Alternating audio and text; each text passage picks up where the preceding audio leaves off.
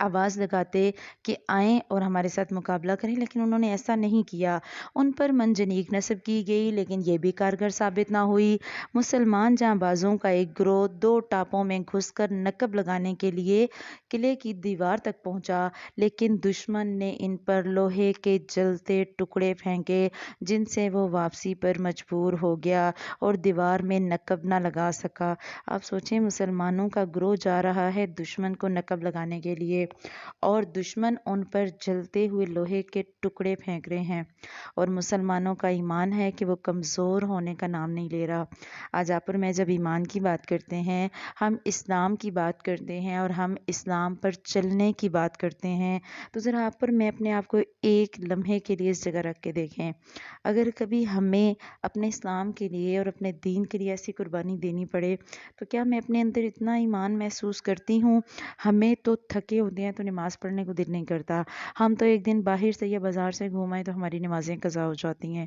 یہاں ہم دیکھ رہے ہیں لوہے کے جلتے ہوئے ٹکڑے پھینکے گئے اور ایمان تھا کہ ایمان میں کمی نہیں آئی۔ تو اللہ سبحانہ وتعالی ہمیں بھی لوہے جتنا مضبوط ایسا ہمیں ایمان نصیب کرے کہ آپ اور میں اسلام کے لیے سیسا پلائی دیوار کی طرح کھڑے ہو جائیں، مضبوط جم جائیں اور پھر اسے کوئی گرا نہ سکے۔ پھر ان کے انگور اور کھجوروں کے درخت کاٹے گئے، مگر انہوں نے اللہ اور قرابت کا واسطہ دیا تو چھوڑ دیے گئے۔ اللہ کے نبی صلی اللہ علیہ وسلم نے اعلان کیا۔ اب اللہ کے نبی صلی اللہ علیہ وسلم کی ایک بہت اچھی اسٹریٹجی، آپ صلی اللہ علیہ وسلم نے اعلان کیا کہ جو غلام ہے ان کے لیے آپ صلی اللہ علیہ وسلم نے فرمایا ایما عبد نظر من الحصن، کہ جو غلام قلعے سے اتر کر ہمارے پاس آ جائے، وخرجا، اور وہ آ جائے لینا ہماری طرف، فہو حر، تو وہ آزاد ہے۔ اگر کوئی بھی بندہ اپنے قلعے سے اتر آتا ہے، کوئی بھی غلام اپنے قلعے سے نکل آتا ہے اور وہ نکل کر ہمارے پاس آ جاتا ہے تو وہ وہو حر، تو وہ آزاد ہے۔ اس اعلان پر 23 غلام اتر آئے، انہی میں ابو بکرہ رضی اللہ عنہ بھی تھے۔ وہ قلعے کی دیوار پر چڑھ کر ایک چرخی کی مدد سے، جس کے ذریعے سے رہٹ سے پانی کھینچا جاتا ہے، لٹک کر نیچے آ گئے، اور ان کی اس لٹک کر نیچے آنے کی وجہ سے اللہ کے نبی صلی اللہ علیہ وسلم نے ان کی کنیت ابو بکرہ رکھی۔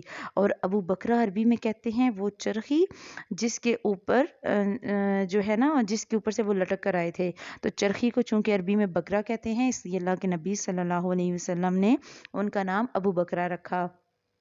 اب جب غلاموں کا یہ فرار قلعے والوں کے لیے تکلیف دے نکلا، محاصرے نے جب طول پکڑا اور کوئی فائدہ نہ ہوا، تو چنانچہ محاصرے پر تقریباً 20 دن، اور یہ بھی کہا جاتا ہے کہ شاید پورا مہینہ گزر گیا۔ اللہ کے نبی صلی اللہ علیہ وسلم نوفل بن معاویہ دہلی رضی اللہ عنہ سے مشورہ کیا۔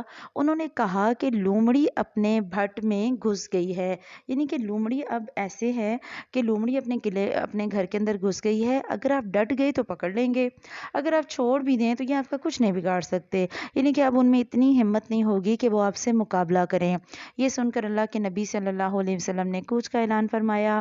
بعض لوگوں نے گزارش کی کہ آپ ان پر بد دعا کر دیں، تو اللہ کے نبی صلی اللہ علیہ وسلم نے کیا کہا، الفاظ نوٹ کریے گا۔ لوگ کہہ رہے ہیں بد دعا کریں، آپ صلی اللہ علیہ وسلم دعا دے رہے ہیں، اللہم اہد ثقیفا، اے اللہ ثقیف کو ہدایت دے، وَأْتِ بِهِم مسلمین، اور انہیں مسلمان بنا کر لے آ۔ آپ اور میں ہوتے ہم تو فوراً سے بد دعا کرتے۔ اللہ کے نبی صلی اللہ علیہ وسلم کی سیرت ایک ایک قدم پر ہمارے لیے سبق ہے۔ آپ صلی اللہ علیہ وسلم دعا کریں اللہ انہیں ہدایت دے، ہو سکتا ہے ان میں سے اچھے مسلمان نکل آئیں۔ پھر اللہ کے نبی صلی اللہ علیہ وسلم طائف سے جریانہ واپس آ کر 10 دن سے زیادہ ٹھہرے اور مال غنیمت کو تقسیم نہ فرمایا۔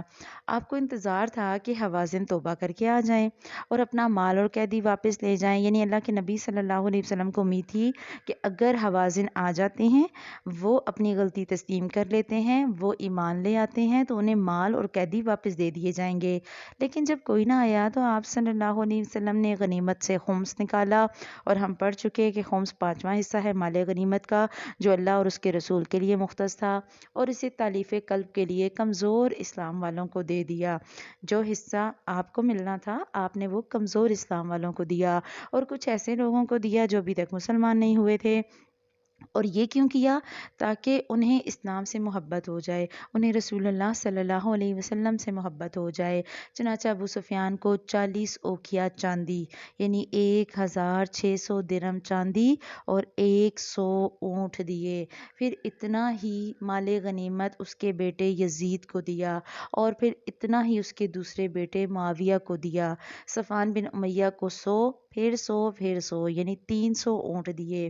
حکیم بن حزام، حارث بن حارث کلدہ اور عینیہ بن حسن، اقرا بن حابس، عباس بن مرداس، علقمہ بن علاسہ اور مالک بن عوف، علاء بن حارثہ اور حارث بن حشام، جبیر بن مطعم اور سہیل بن عمر اور حویطب بن عبد العزیٰ وغیرہ، ان سب کو بھی 100 اونٹ دیے گئے۔ کچھ اور لوگوں کو 50 اونٹ دیے گئے، یہاں تک کہ لوگوں میں مشہور ہو گیا۔ اب دیکھیں ذرا شہرہ کیا ہوا آپ صلی اللہ علیہ وسلم کا۔ لوگوں میں ایک بات مشہور ہو گئی کہ محمد صلی اللہ علیہ وسلم اس طرح بے دریغ عطیہ دیتے ہیں کہ انہیں فقر کا اندیشہ ہی نہیں، اور ایک مومن کو فقر کا اندیشہ ہو کیسے سکتا ہے؟ جس کا یقین اللہ سبحانہ وتعالیٰ کی ذات پر ہو، جسے اللہ پر اعتبار ہو، وہ فقیر کیسے ہو سکتا ہے؟ اور پھر جو مومن ہے اسے تو مال کی طلب ہی نہیں، لہٰذا مال کی طلب میں بدو آپ صلی اللہ علیہ وسلم پر ٹوٹ پڑے۔ یعنی کہ انہیں جب پتہ لگا کہ اللہ کے نبی صلی اللہ علیہ وسلم اتنا دیتے ہیں، تو جو دیہاتی بدو لوگ تھے وہ آئے اور آپ صلی اللہ علیہ وسلم سے مال سمیٹنے لگے، اور آپ کو ایک درخت کی جانب سمٹنے پر مجبور کر دیا، جس میں آپ کی چادر پھنس گئی۔ تو اللہ کے نبی صلی اللہ علیہ وسلم نے فرمایا، میری چادر دے دو، اس ذات کی قسم جس کے ہاتھ میں میری جان ہے، اگر میرے پاس تہامہ کے درختوں کی تعداد میں بھی چوپائے ہوتے تو میں انہیں تم میں تقسیم کر دیتا۔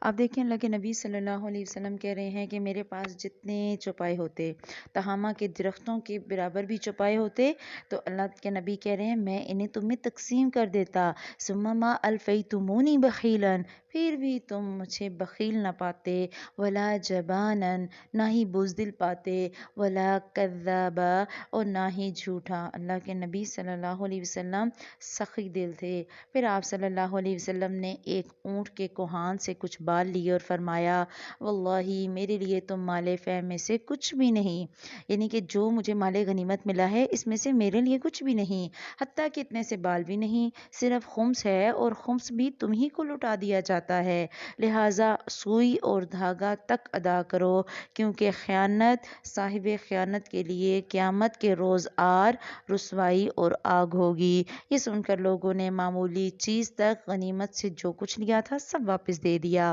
اس کے بعد اللہ کے نبی صلی اللہ علیہ وسلم نے حضرت زید بن ثابت کو مال غنیمت تقسیم کرنے کا حکم دیا، اور غنیمت کی مذکورہ مقدار کے حساب سے خمس نکالنے کے بعد ایک آدمی کے حصے میں جتنا مال غنیمت بنا اس کی مقدار کیا تھی؟ اگر مقدار پہ آپ غور کریں تو آپ کو اندازہ ہوگا، ایک وقت وہ تھا جب مسلمان ہجرت کر کے نکلے اور انصار جا رہے ہیں اور مہاجرین جا رہے ہیں، اور انصار اپنا آدھا سامان دے رہے ہیں، اور اب وہ وقت کہ اللہ نے اسلام کو فتح دی، تو مال غنیمت جو ایک ایک آدمی کے حصے میں آیا تقریباً 1.5 اونٹ، 2.5 بکری، 10 درہم، ایک قیدی کا 1/3 حصہ۔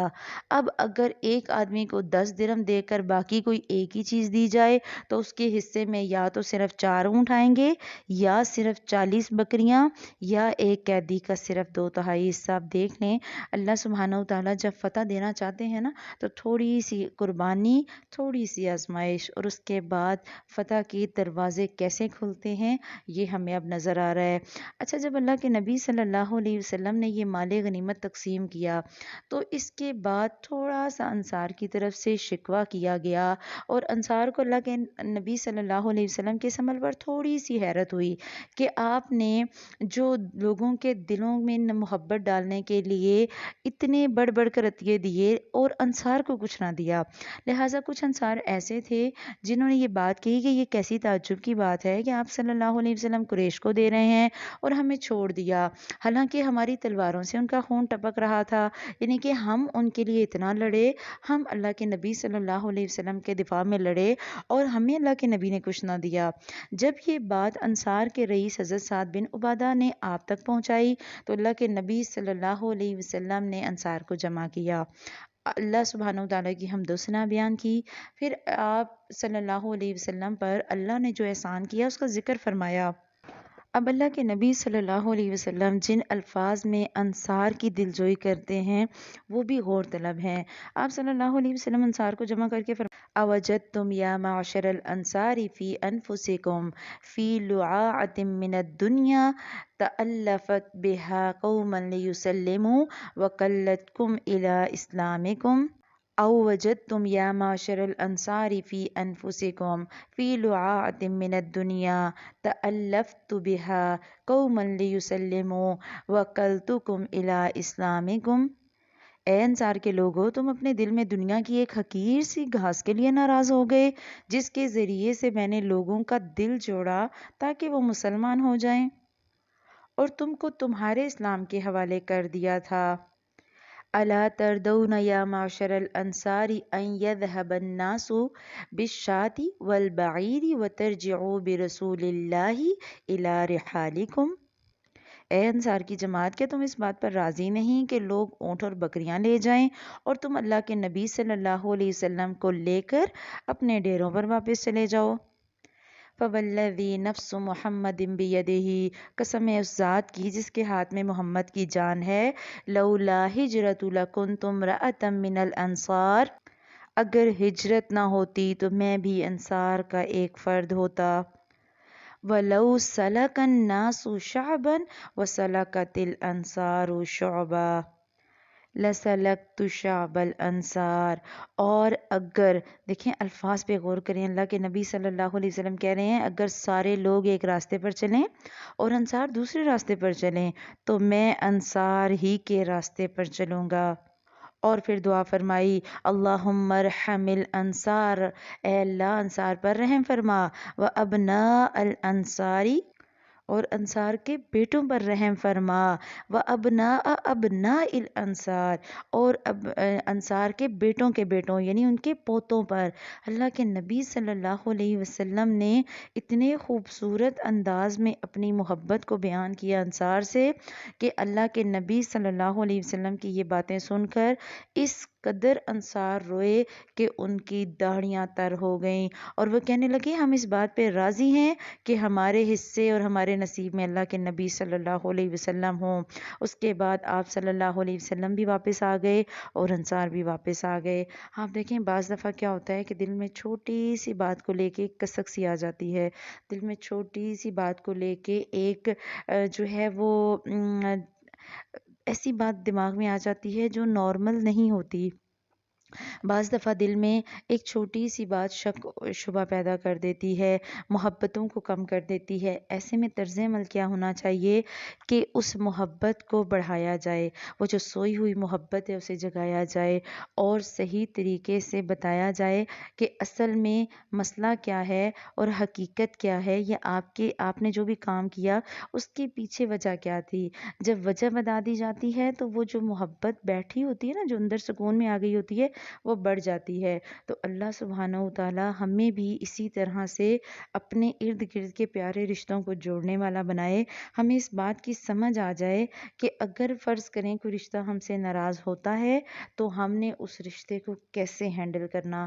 جب ہمیں ان چیزوں کی سمجھ آ جائے گی نا تو پھر ہمارے لیے آسانی ہو جائے گی اس بات کے لیے کہ ہم اندازہ کریں کہ ہم نے اپنے رشتوں کو کیسے چلانا ہے، محبت سے چلانا ہے۔ اگر بیچ میں کوئی کمی آ جاتی ہے ہم نے اسے کیسے لے کر چلنا ہے۔ بعض دفعہ کمی ہماری طرف سے ہوتی نہیں ہے لیکن اگلے بندے کے دل میں بات آ جاتی ہے تو اس کو کلیئر کرنا بھی ضروری ہو جاتا ہے۔ تو اللہ سبحانہ وتعالی ہمیں اپنے پیارے نبی صلی اللہ علیہ وسلم کی سیرت سے رشتوں کو بہترین طریقے سے جوڑنے والا بنائے اور محبتیں بڑھانے والا بنائے۔ سبحانک اللہم و بحمدک، نشہد ان لا الہ الا انت، نستغفرک و نتوب الیک۔ السلام علیکم ورحمۃ اللہ وبرکاتہ۔